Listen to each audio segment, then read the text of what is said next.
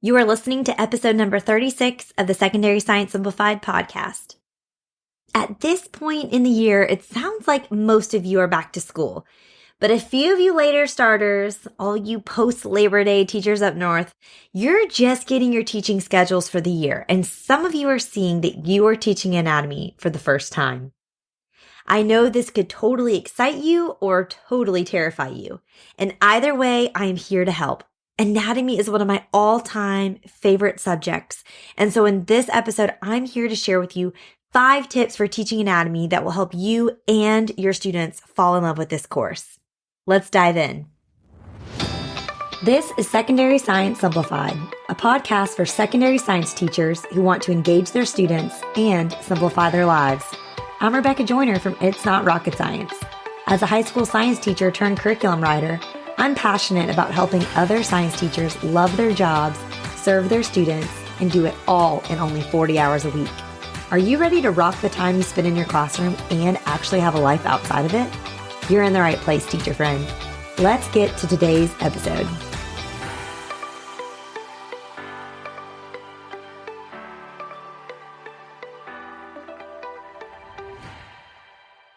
Now, before we get started, I have a little request.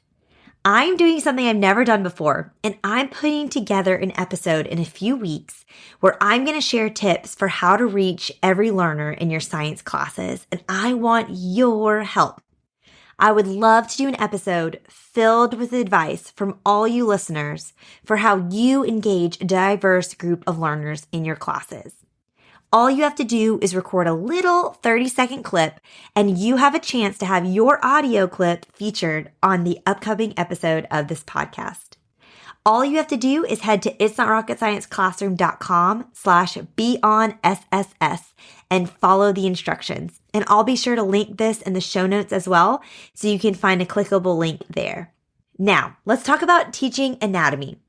I'm so excited about this episode because anatomy is really fun in that it's different from most science courses that I've taught, because most high schools classify anatomy and physiology as an elective science. So even if your state has some established standards for teaching anatomy and physiology, you most likely still have some flexibility there in terms of the breadth and the depth of what you decide to teach your students. And this is just the beauty of getting to teach a class that doesn't end in an EOC or an AP exam. So this is kind of why my first tip for having the best year ever teaching anatomy is to pick a goal for your anatomy classes and stick to it. Okay, so here's what I mean by that. There are so many different ways you can take on an elective science course and so many different ways you can structure the course.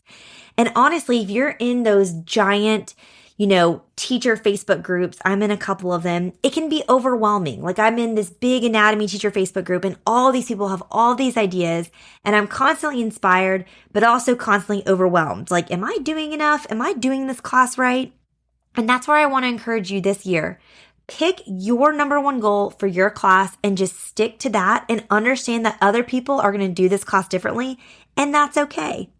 So here's what I want you to ask yourself. I want you to consider, as you consider what this number one goal would be, what do you care most about your students learning from this course? Do you care most about the terminology and them really knowing all the terms that they will one day hear in college anatomy and physiology? Do you care most about making sure you cover every single system? Do you care most about covering the systems in immense detail, even if that means you can't cover every system? Do you care most about giving your students the most solid foundation possible pre-college anatomy and physiology? Or do you care most about inspiring them just to love the subject? Now, I know that you can care and desire multiple things that I just listed, but you can only care about one thing the most, and that's what I want you to really consider. And there's no wrong answer here. Just pick one thing and make that the goal that you stick to. For me personally, I decided that I just cared most about getting my students to fall in love with the subject. Because here's the deal. If my students love anatomy, they're going to have to take it again in college anyway for any sort of health science related major. I would personally rather use the time that I have with them in my course to inspire love for the human body and save all of the memorization and all those nitty-gritty details for when they inevitably take anatomy and physiology down the road. Now, another thing to consider as you pick your goal is read the room. What types of students are taking your anatomy course? Is your classroom full of all of the AP Bio students that are now taking anatomy, or is it filled with students who are just trying to get a third lab science credit in order to graduate? Or maybe it's a mixture of the two. If this is the case, I just really urge you to consider the route that is best for your students. And if you have a mixed bag of students, let's try to serve the majority of your students. Every student can benefit from a growing appreciation for the complexities of the human body. But not every student is going to benefit from being forced to memorize all 206 bones. So for me and my anatomy course and curriculum, it's more about giving my students an overview of every system because I want to cover them all in some way, inspiring them to love the subject, and including as many real-world examples as I possibly can to engage my students. And speaking of that, my second tip for you teaching anatomy this year is to really prioritize real-world application. I don't know if there's an opportunity that has as much potential for real-world application than teaching anatomy does. It is such an easy course to relate to your students because guess what? Every student in your classroom has a body. And so it's important for us as high school science teachers especially is to keep the science that we're teaching our students relevant. And it's so easy to do that with very little effort in anatomy classes. Now, of course, I know, like when we think real world application, when it comes to anatomy, we're probably immediately thinking about teaching diseases and disorders. And there's absolutely nothing wrong with this.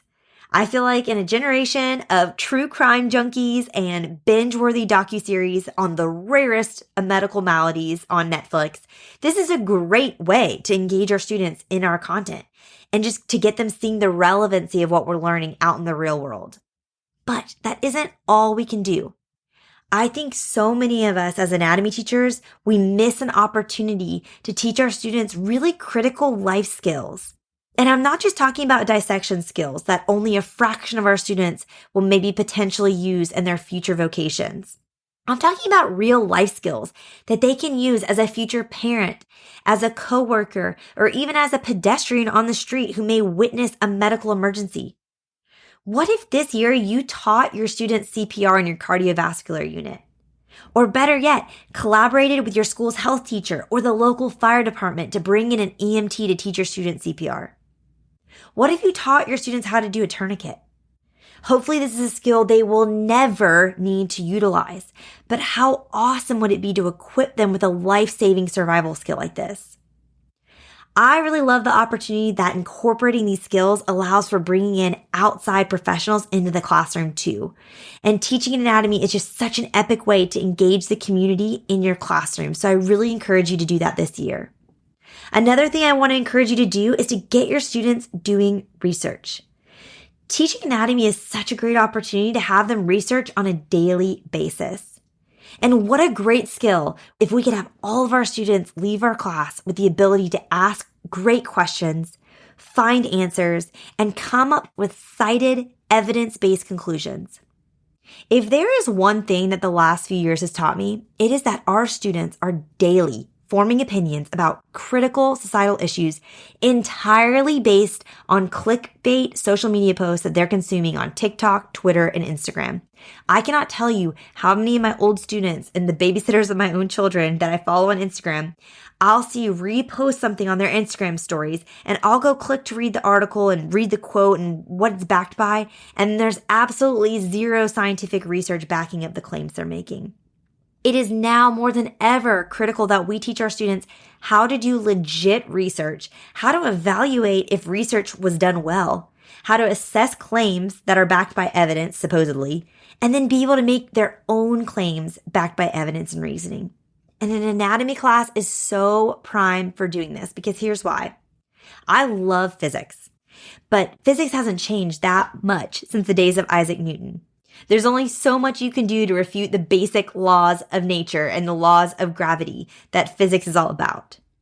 Anatomy, on the other hand, is a subject that is changing on an almost daily basis as new medical discoveries arise. I mean, think about these last few years with COVID. How many times has the CDC guidelines changed based on new evidence that has been gathered? And that's what anatomy is all about. If there's one thing I can urge you to do in this episode is to prioritize getting your students to do research and to cite those sources in your anatomy class. But of course, that's not the only thing I want to urge you to do. I really also want to urge you to consider really reevaluating and reorienting your scope and sequence for your anatomy course to emphasize the interconnectedness of the systems of the human body. So that's my fourth tip for you.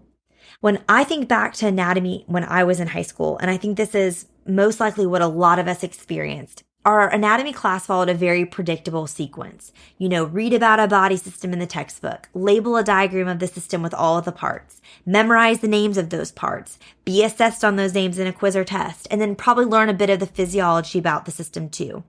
Then you rinse that, you repeat it, and you do it times 12 for all of the body systems. And I'm not saying, our teachers were terrible. We didn't, at least when I was in high school, we didn't have the technology and all the things we have available now. But one of the things I really wanted to do differently when I was coming up with my anatomy course was I wanted my students to truly appreciate the beautiful interconnectedness of all the systems within the human body. So because of this, instead of teaching and assessing on each system in isolation like I was used to when I took the course, I decided to group the systems within an overarching theme and to teach the systems in chunks. And I didn't come up with this myself. When I was writing my course, I was reading a lot of different states' anatomy standards, and a couple of the states did this. They clumped the systems up. So for example, I teach the nervous system, the senses, and the endocrine system all together under the umbrella of my control and coordination unit. And the assessment questions and the project for that unit, it's all about seeing how these things work together to control and coordinate the body. And I'll link in the show notes a blog post where I have my anatomy sequence and my scope in more detail so you can read more about how I chunk it up. But I found that this helps so much. And I try in every unit to have a project or even just a test question that ties all the systems we've learned about thus far together. I want a constant refrain of my anatomy course to be, how do these systems work together to maintain homeostasis in the body? And especially when I think of my final exam, I have a traditional anatomy final exam included in my anatomy exam pack with multiple choice and open response and all of that. But honestly, my ideal final exam when teaching anatomy, if I have the time and capacity to grade it, is just to ask students to write a 3.5 paragraph essay with 3 detailed examples of how the systems work together to maintain homeostasis. That's really what I want them to get in this class, is how these systems work together. And I really love doing alternative summative assessments like this when I do have the time for them. And so I'll also link a blog post in the show notes with some other ideas for alternative exams that may be helpful for you. And last but not least, I want you to take advantage of seasonal opportunities when teaching anatomy, because teaching anatomy can be so much fun for that. It's just one of those courses that lends itself to celebrating the holidays. So you can do something for a fun holiday that's still totally relevant and not off base at all. And I love doing this in my anatomy course. So for example, I have loved seeing how teachers use Halloween to cover something gory with their students or to do the pickle autopsy. I love seeing all the pickle autopsies around the time of year that Halloween falls. But if you're looking for something a little bit simpler, because I know that requires a bit of prep, I have a Halloween science activity for anatomy. I have one for biology, chemistry, and physics, and they're free. And I will link that in the show notes as well so you can grab those. I also love to do something for the cardiovascular system around Valentine's Day because I try to make my sequence fall where that aligns up. And so I love to have students do things about the heart then. And I save my integumentary system for the spring. So I teach the integumentary system alongside the immune and lymphatic systems in my protection unit. And I do that because at the beginning of the year, it's hurricane season where I live. So we don't even know if we'll ever see the sun or if we'll be in school or we won't. And it's always kind of chaotic. But I love to use and take advantage of that spring sunshine and do a UV exposure investigation when I teach the integumentary system.